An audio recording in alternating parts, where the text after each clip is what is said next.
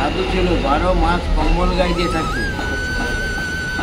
হ্যাঁ, কম্বল গায়ে দিয়ে থাকতো। সে কখনো এখানে মন্দিরে ঢুকতে দিত না, ওকে দেখলে ভয় পেত। আর ওই যে বাচ্চা হতো, মেয়ে হলে ওখানে মেরে দিত। ওর 5টা মেয়ে হয়েছিল, 5টা মেয়ে হয়ে ওই মণ্ডপগুলো, 5টা মণ্ডপ ওই মায়ের তলায় আছে।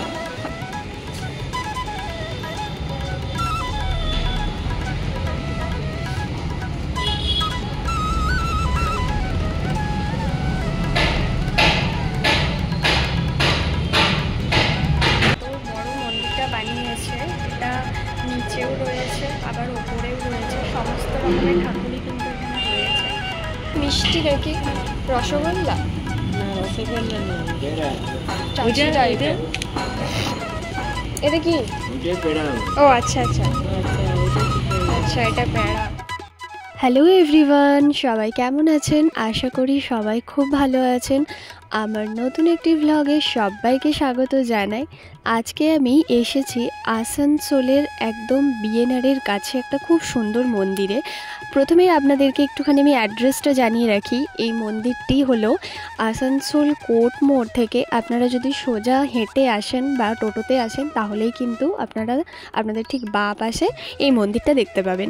এটা হলো একটি সন্তোষী মায়ের মন্দির। আর এই সন্তোষী মায়ের মন্দিরে কিন্তু অনেক রকমের ঠাকুর এখানের মধ্যে রয়েছেন।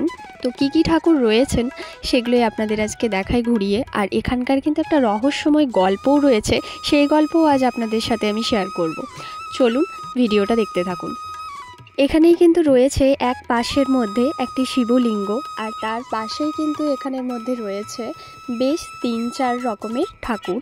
তার মধ্যে কি কি রয়েছে সেটা আপনারা দেখতেই পাচ্ছেন, আলাদা করে আর বলবার কিছু নেই। আর আজ যেহেতু আমাবস্যা, সেই আমাবস্যা উপলক্ষে এখানে কিন্তু একটা ভোগের আয়োজন করা হয়েছে।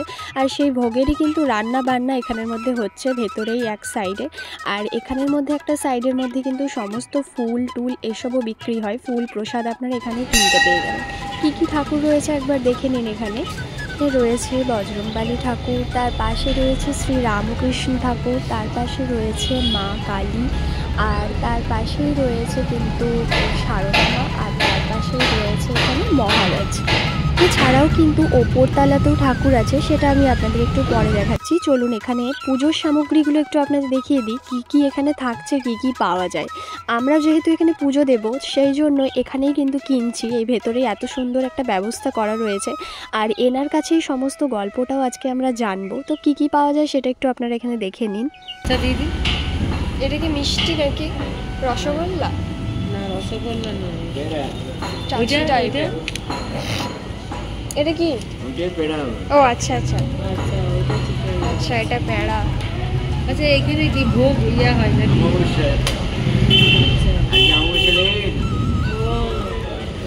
আমাবস্যার জন্য ওখানে ভোগ হচ্ছে। আচ্ছা আচ্ছা, ওই যে ওখানে ভোগ হচ্ছে, এটা আমাবস্যার জন্য।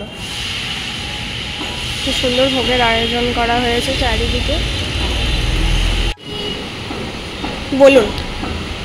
এখানে একটা সাধু ছিল, 12 মাস কম্বল গায়ে দিয়ে থাকতো। হ্যাঁ, কম্বল গায়ে দিয়ে থাকতো। সে কখনো এখানে মন্দিরে ঢুকতে দিত না, ওকে দেখলে ভয় পেত। আর ওই যে বাচ্চা হতো, মেয়ে হলে ওখানে মেরে দিত। ওর 5টা মেয়ে হয়েছিল, 5টা মেয়ে হয়ে ওই মণ্ডপগুলো, 5টা মণ্ডপ ওই মায়ের তলায় আছে। আর 2টো ছেলে আছে। আচ্ছা, এটা নিয়ে মা ওই সাধুটা প্রতিষ্ঠা করে গেছে। করার পর যে তারপরে যে কোথায় গেল, আগে ক্যাচার বেড়া ছিল, ক্যাচার বেড়াতে ঠাকুর বানিয়ে নিয়ে আসতো, পরে পাথরের মূর্তি আসতো। হ্যাঁ, সাধু যাওয়ার পর আগে মাটির মূর্তি ছিল। আচ্ছা, ক্যাচার বেড়াতে ও পুজো টুজা করতো, সব কিছু করতো। হ্যাঁ, কোনো লোক ঢুকতে পারতো না, তখন এখানে ফাঁকা। এটা বলছে 72 সালে। হ্যাঁ, ওই করার পরে 72, 75, 78 সালে ওই যে কোথায় চলে গেল কেউ জানে। তারপরে এই ঠাকুরটা এলো, অরণ্যনাথ ঠাকুর। এই ঠাকুরটা তারপরে যে কোথায় এলো, তারপরে এই ঠাকুর এলো, এই ঠাকুরটা তো মারা গেল। মারা যাওয়ার পরে তারপরে এই বাড়ি ময়দান থেকে এনাকে নিয়ে আসে। এটাই হলো কাহিনী, আর কিছু না। তো উনি যেরকম বললেন গল্পটার মধ্যে যে উনি নিরুদ্দেশ হয়ে যাওয়ার পর, হারিয়ে যাওয়ার পর এই ঠাকুর আসেন, শ্রী হরেন্দ্রনাথ ঠাকুর। আর তার পাশে আমি একটুখানি আপনাদের এখানে চলুন, বোর্ডের মধ্যে লেখা রয়েছে সময়সূচিগুলো, সেটা একটু আপনাদের দেখিয়ে দিই। কখন থেকে কখন খোলা থাকে, পুজো দেওয়ার টাইম, সব কিছুই কিন্তু এখানে রয়েছে। অমাবস্যা তিথিতে এখানে ভোগ রান্না হয়। এরপর চলুন ওপরটাতে নিয়ে যাই। ওপরের মধ্যেও কিন্তু রয়েছে ঠাকুর। তো ওপরেরটাও কিন্তু খুবই সুন্দর, নিচের মতনই ওপরের মধ্যেও রয়েছে অনেক রকমের ঠাকুর। তো চলুন সেটাই একটু আপনাদের দেখাই।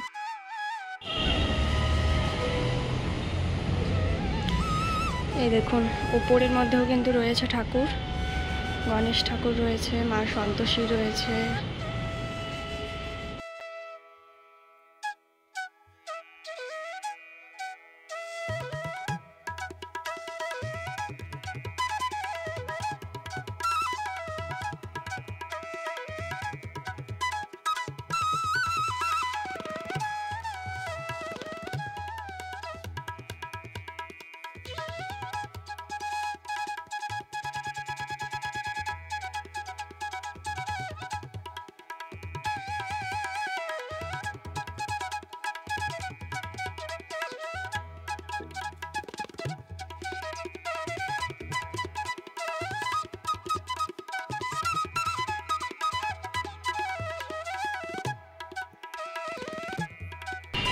তো আপনারা দেখলেন এই মন্দিরটা, মানে এত বড় মন্দিরটা বানিয়েছে। এটা নিচেও রয়েছে, আবার ওপরেও রয়েছে, সমস্ত রকমের ঠাকুরই কিন্তু এখানে রয়েছে। আর মেন পুজোটা নিচেই হচ্ছে, নিচে যে মা কালীর মূর্তি রয়েছে সেটাই হচ্ছে।